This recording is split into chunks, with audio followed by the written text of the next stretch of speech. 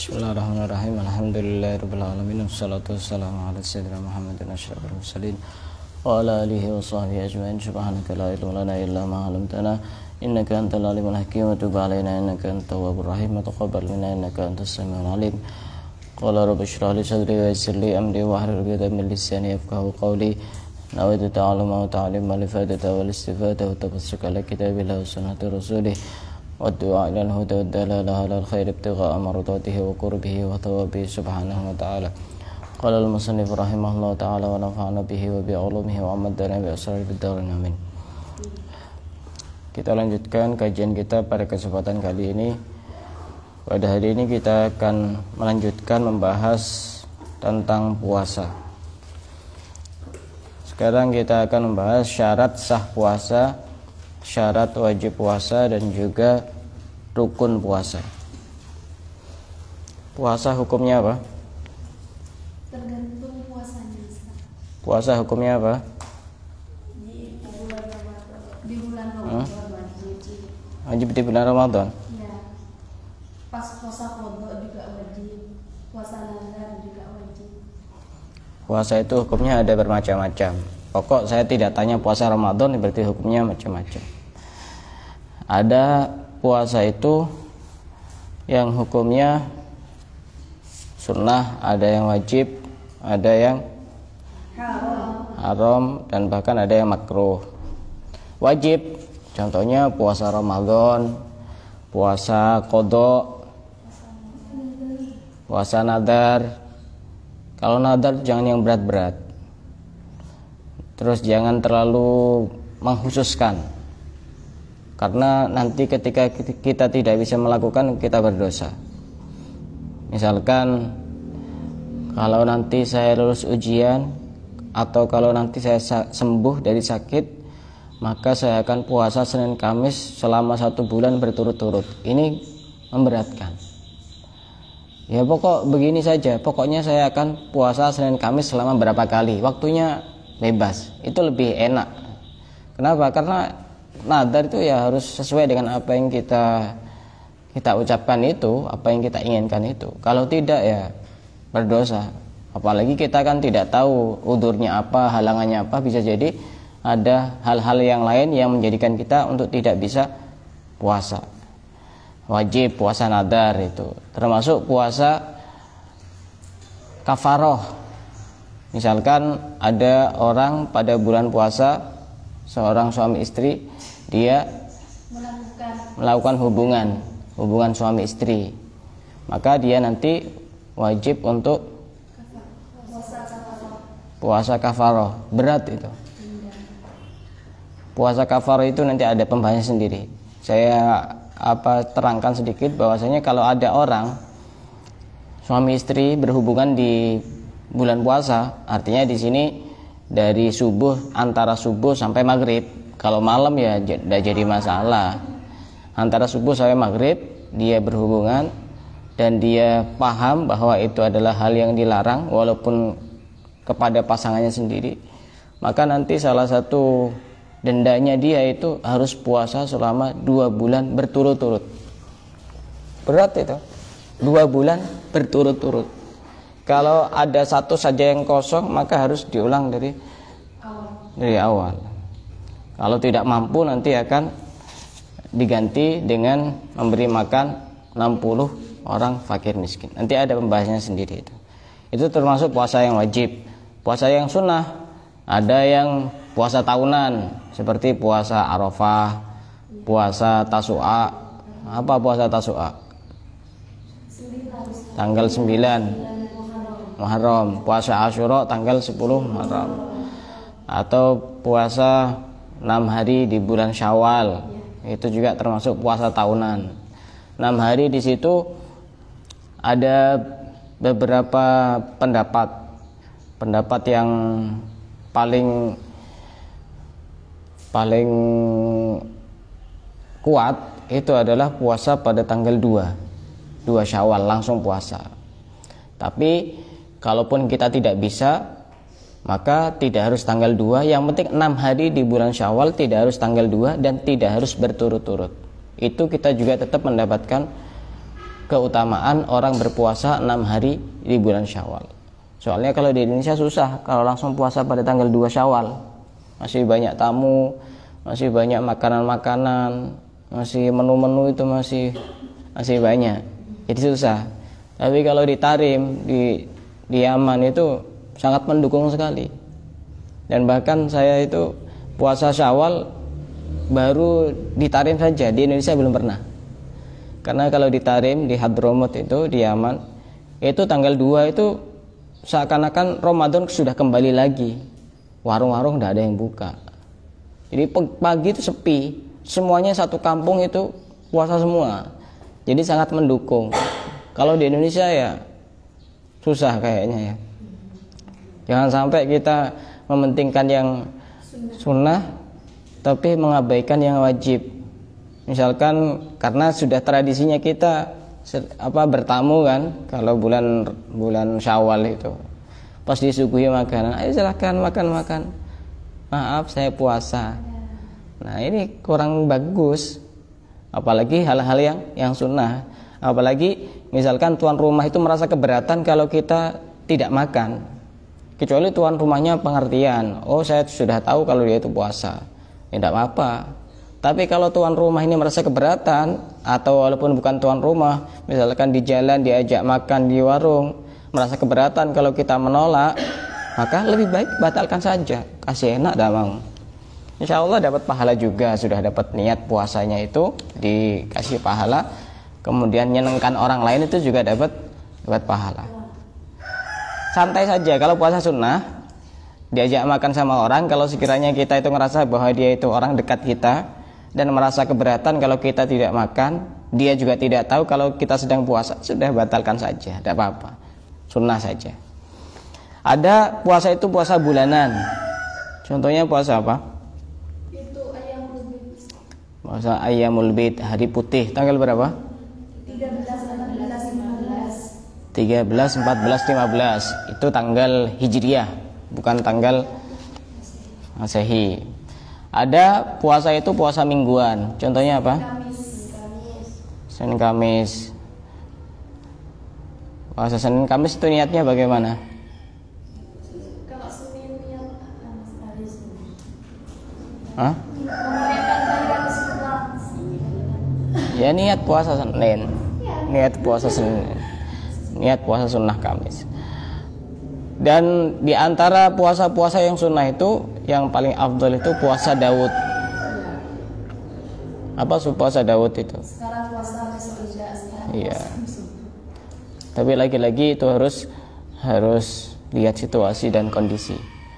Kalau pendapat pribadi saya, kalau bagi para pencari ilmu, thalibul ilmi itu, kalau sekiranya puasa bisa mengganggu dia untuk proses cari ilmu, lebih baik tidak usah puasa. Saya tidak begitu menyarankan bagi santri atau santriwati kalau pas lagi ada puasa-puasa sunnah, misalkan puasa Arafah, tapi waktu sekolah dia tidak sekolah, tidur.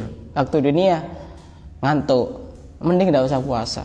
Mending banyak makan, waktunya sekolah, waktunya dunia belajar, konsentrasi, fokus, bagus itu.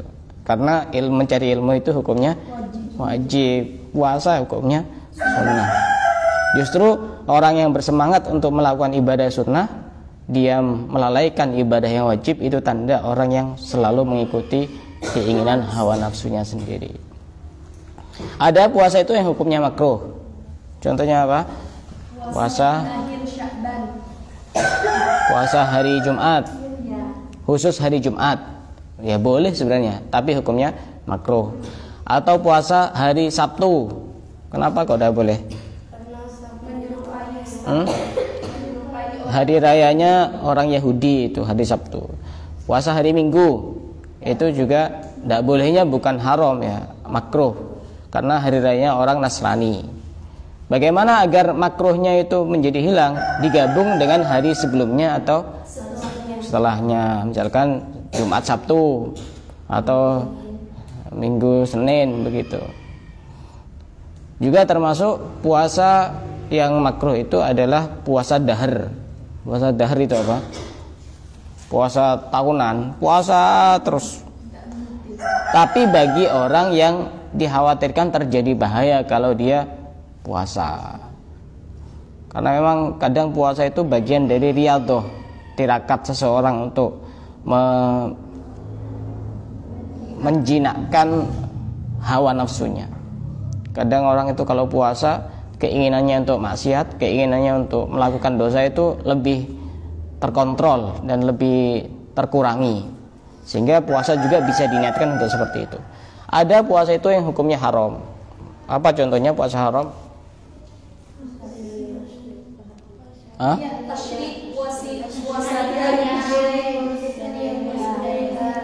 Puasa Idul Fitri, Idul Adha, hari tasyrik. Tanggal berapa hari tasyrik? 11, 12, 13 bulan Dzulhijjah.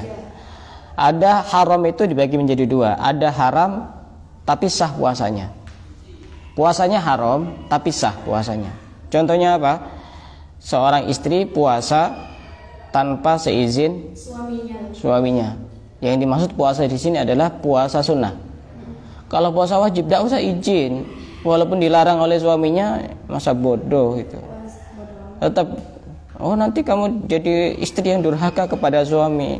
Durhaka dari mananya? Dilihat dari ujung Monas. Misalkan puasa sunnah Senin Kamis, nanti kalau sudah jadi istri itu izin sama suaminya. Ini hal penting. Kenapa? Karena khawatir nanti ketika istrinya itu puasa, barangkali masaknya jadi tidak semangat, atau suaminya pengen ngajak jalan-jalan, mau diajak makan-makan, istrinya puasa tidak enak, nanti kan serba ribet gitu.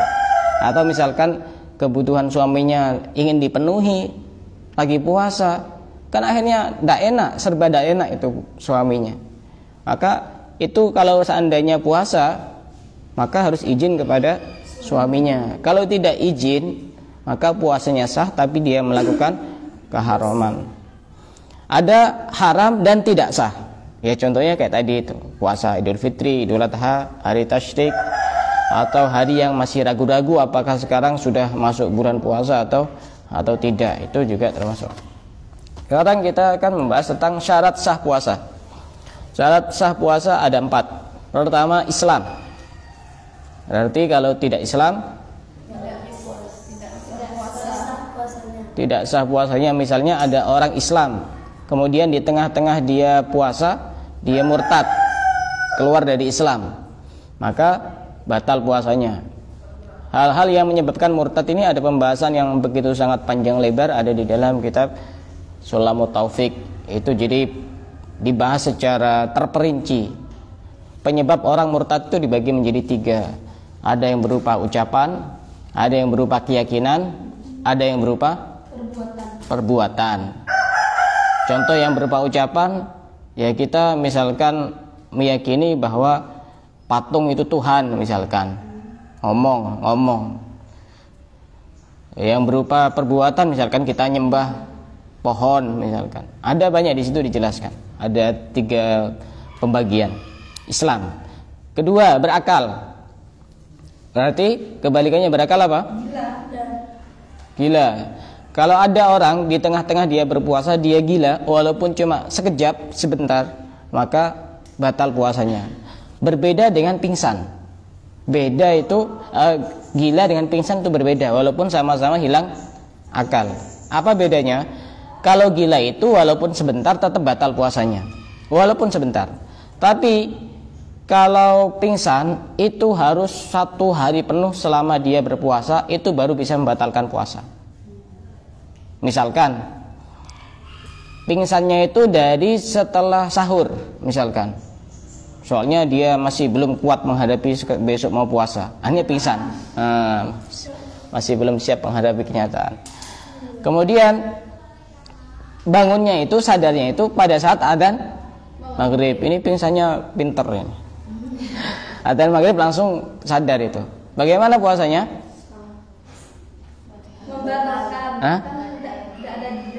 Tidak ada jeda. Dianggap dia tidak puasa, walaupun sudah niat puasa. Berarti puasanya batal.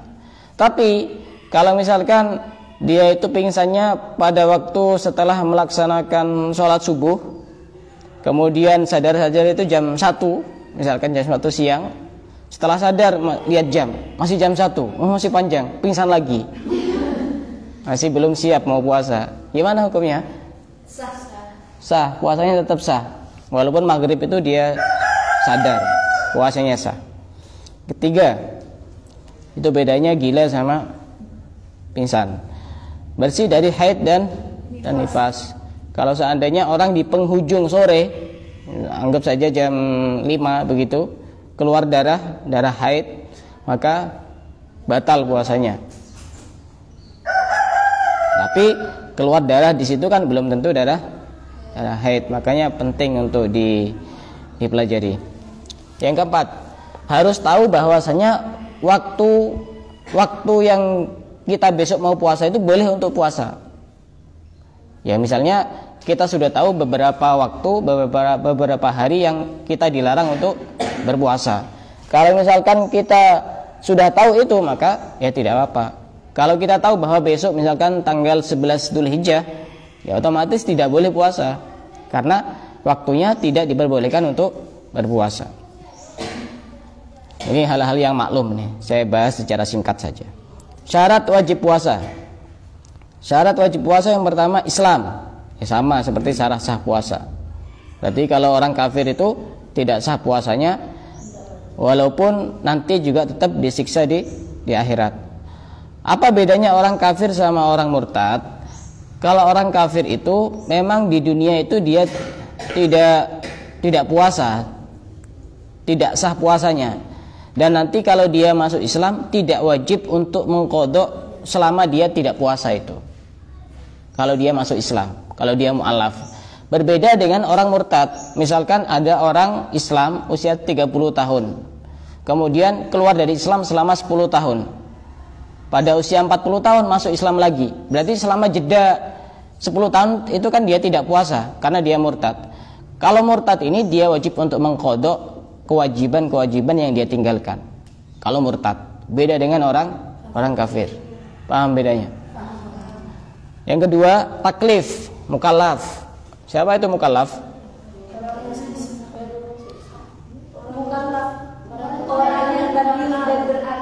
Ada mukallaf, ada mu'allaf. Kalau mukallaf itu orang yang balik dan berakal. Kalau mu'allaf orang yang baru masuk Islam. Ada yang sudah pernah mengislamkan orang di sini? Belum pernah ada.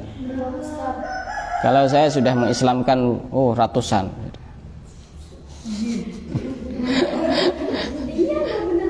Bukan orang tapi jin. Sudah ratusan, lebih ratusan, 100 lebih. Kayaknya mencapai angka ribuan kayaknya. Ya karena kita itu dakwahnya di 2 alam, alam manusia dan alam jin. Juga di 3 alam sebenarnya. Alam manusia, alam nyata, ada alam gaib, ada alam maya, dunia maya.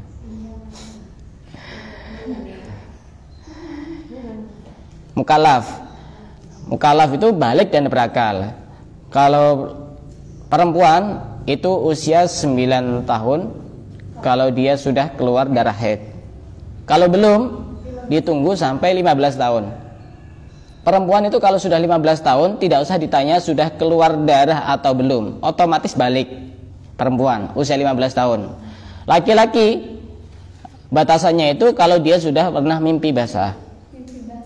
Usia berapapun, misalkan usia 9 tahun. Kalau masih belum, ditunggu sampai usia 15 tahun, sama seperti perempuan. Kalau laki-laki sudah usia 15 tahun, berarti dia sudah mukallaf, balik. Sudah balik, otomatis hal-hal yang wajib itu wajib untuk dilakukan, sholat, puasa, wajib.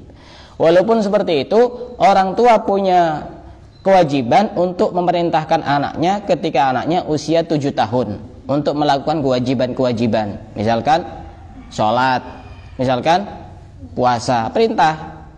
Berarti sebelum usia 7 tahun itu anak sudah tahu bagaimana caranya sholat. Kan tidak mungkin, tidak masuk akal. Kalau misalkan usia 7 tahun orang tuanya perintah anaknya, ayo nak sholat. Anaknya bingung, gimana sholat? Ya berarti sebelum usia 7 tahun itu harus diajarkan tata caranya sholat, walaupun masih belum sempurna. Karena secara fikih pun juga dia masih belum punya kewajiban. Ya minimal jungkar-jungkir tidak masalah. Bacaannya masih belum banyak yang hafal juga tidak masalah. Misalkan cuma baca Fatihah, hafal Fatihah juga tidak masalah. Untuk ngajari kepada anak. Kalau puasa ya mungkin puasa sampai duhur kalau dia kuat. Kalau tidak kuat ya jangan dipaksa. Nanti membunuh pelan-pelan anaknya itu. Jangan dipaksa. Kalau sudah usia 10 tahun maka orang tua wajib untuk memukul ketika anaknya tidak melakukan kewajiban. Tidak sholat wajib memukul. Tapi dengan syarat memukul yang tidak begitu keras. Dan juga tidak boleh mukul di wajah. Pukulan yang mendidik. Mukul itu tidak boleh di wajah. Guru sekalipun tidak boleh mukul di wajah. Tidak dibenarkan. Karena wajah itu rawan untuk apa ya? Iya, terluka. Sama seperti hati itu. Rawan untuk terluka. Cuma lukanya tubuh itu bisa cepat kering, tapi kalau lukanya itu lama bisa kering. Itu namanya luka tak berdarah. Tidak bisa pakai obat merah. 3. Al-itaqatu, kuat. Syarat orang puasa, syarat wajib orang puasa itu harus dia kuat. Kuat secara dohir dan secara syarak. Oh, enggak, secara syarak. Secara dohir berarti dia itu bukan termasuk orang yang tua. Karena orang tua itu kan dia tidak kuat puasa. Atau dia bukan termasuk orang yang sakit yang tidak diharapkan kesembuhannya. Maka ketika dia masih sehat, bukan termasuk orang tua, juga tidak sakit, itu berarti namanya orang kuat. Orang kuat secara dohir, maka dia wajib berpuasa. Ada yang kuat itu secara syarak, berarti yang tidak kuat, maka dia tidak wajib puasa. Contohnya orang haid dan nifas. Walaupun secara dohir itu dia kuat, tapi secara syarak dia tidak wajib untuk berpuasa. Dan bahkan hukumnya haram. Kalau misalkan dengan alasan, oh saya nanti pahalanya sedikit, lebih banyak pahalanya laki-laki, lebih baik saya puasa saja, ya justru haram. Justru ketika orang perempuan yang haid, dia niat untuk mengikuti syariat dan aturan-aturan dan dia tidak puasa, maka dia mendapatkan pahala. Yang keempat, sehat. Berarti sakit itu boleh untuk tidak puasa. Sakit yang bagaimana? Yang boleh untuk tidak puasa? Yang dikhawatirkan jika puasa akan bertambah parah atau sembuhnya itu lama. Nah, sakit itu yang boleh orang tidak puasa adalah sakit yang ketika dia puasa tambah parah sakitnya. Yang kedua, lama sembuhnya. Ini kesimpulan ini bisa dari dua orang. Pertama dari dokter, yang kedua dari kebiasaannya sendiri. Biasanya kalau dia puasa maka tambah lama sembuhnya atau tambah parah sakitnya, maka boleh dia tidak puasa. Tapi tetap nanti ketika sudah sembuh, bukan kodok. Kalau sudah sembuh jadi kodok berarti ya.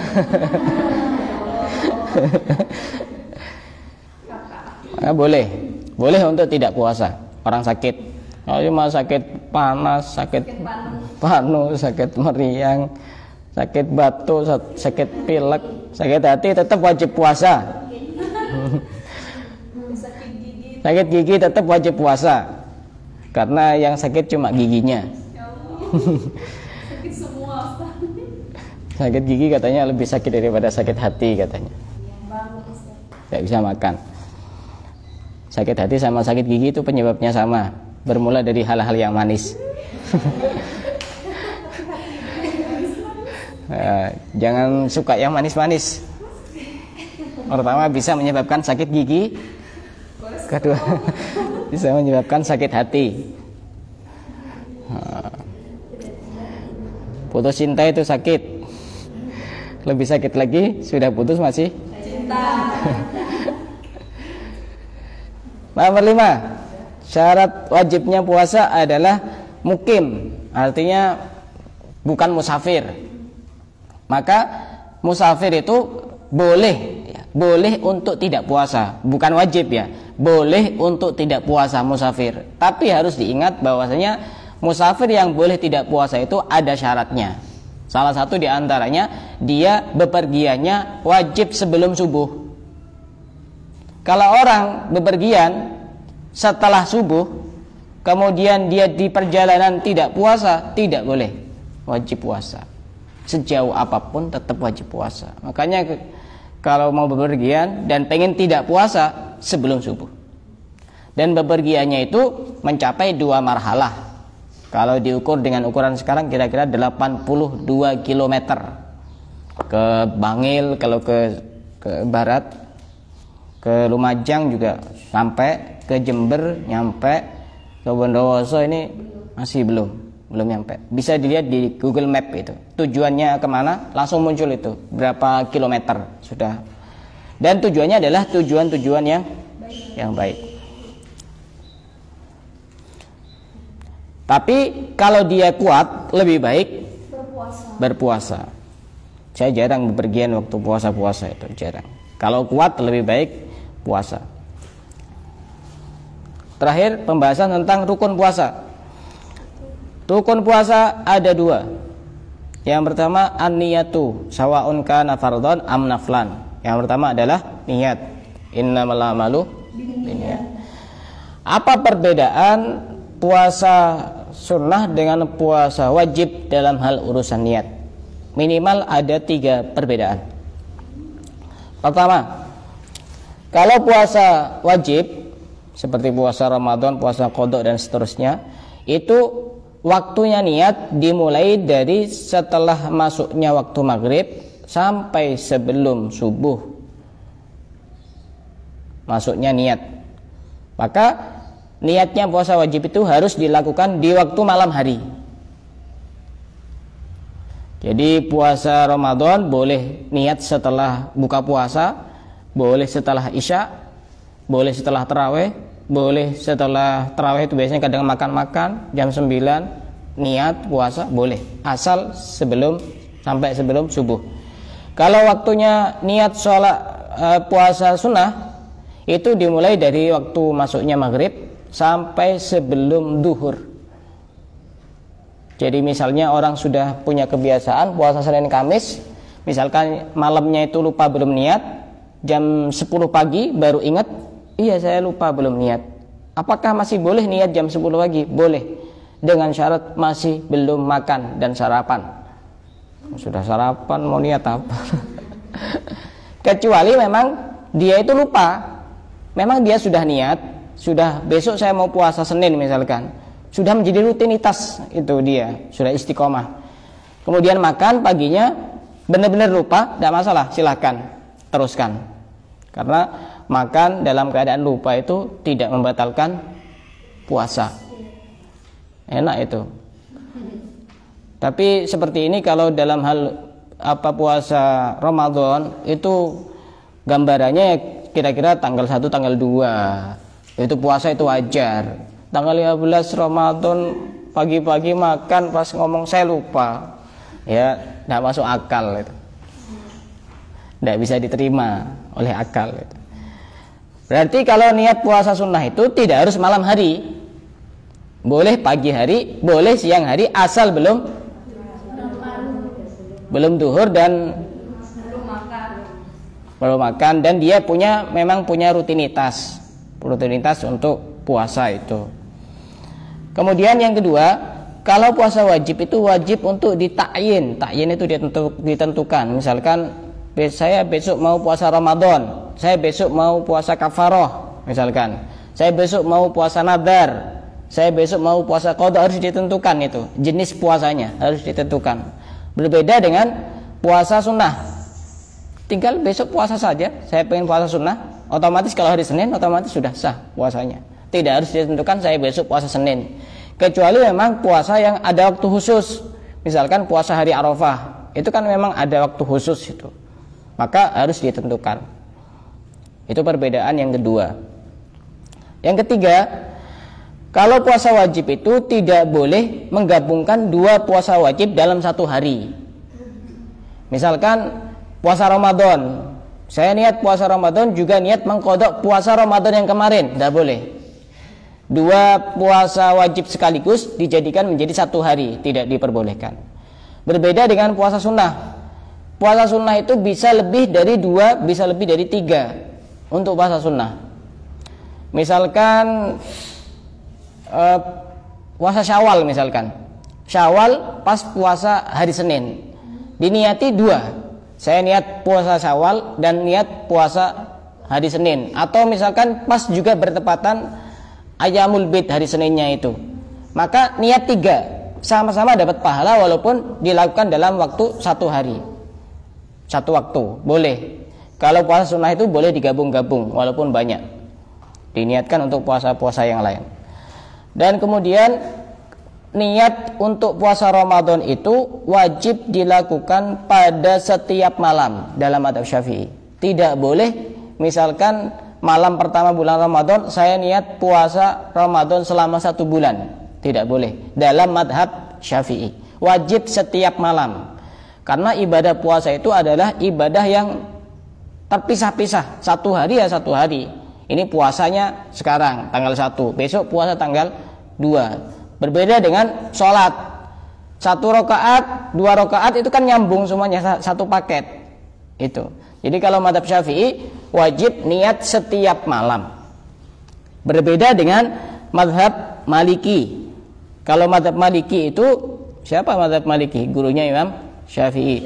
Boleh niat 1 kali saja. Pada malam pertama bulan Ramadan saya niat puasa 1 bulan penuh, itu boleh. Walaupun seperti itu, kita sebagai orang yang mengikuti mazhab Syafi'i itu disunnahkan pada malam pertama kita niat, saya niat puasa bulan Ramadan selama 1 bulan penuh.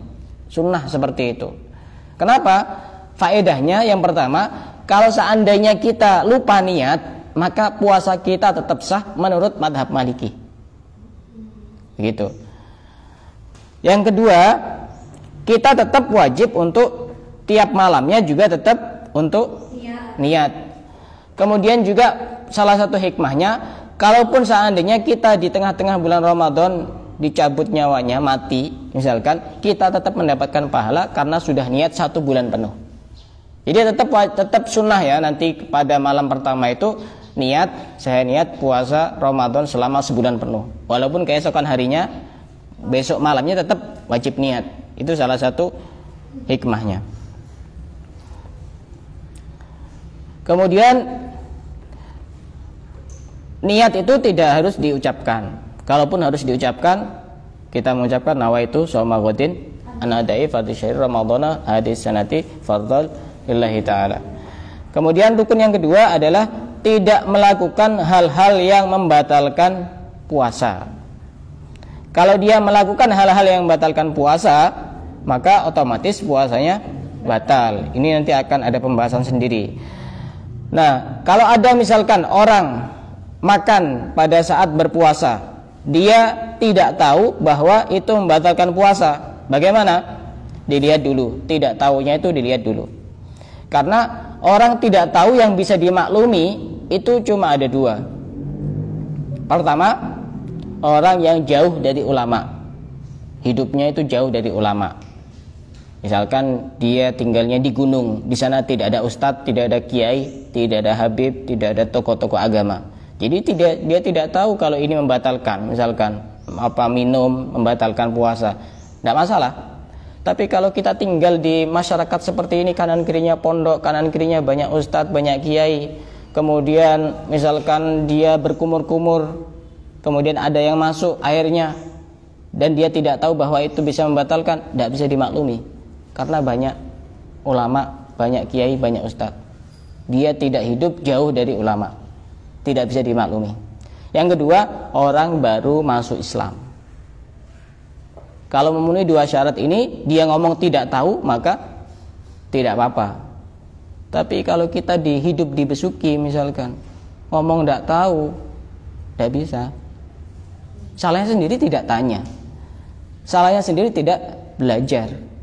Ini salahnya sendiri. Jadi melakukan hal yang membatalkan puasa itu bisa membatalkan ketika memang dia itu tidak dipaksa.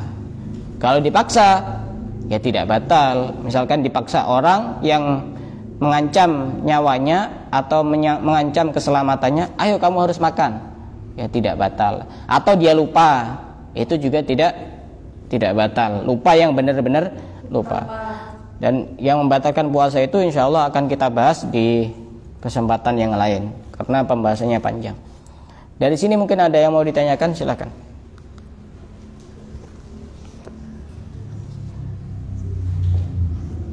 Besok langsung kita bahas pembahasan hal-hal yang membatalkan puasa. Jangan sampai gagal paham, tidak tahu yang membatalkan puasa. Silakan yang mau tanya. Tidak ada? Kalau tidak ada kita cukupkan sampai di sini. Wallahu a'lam bishawab.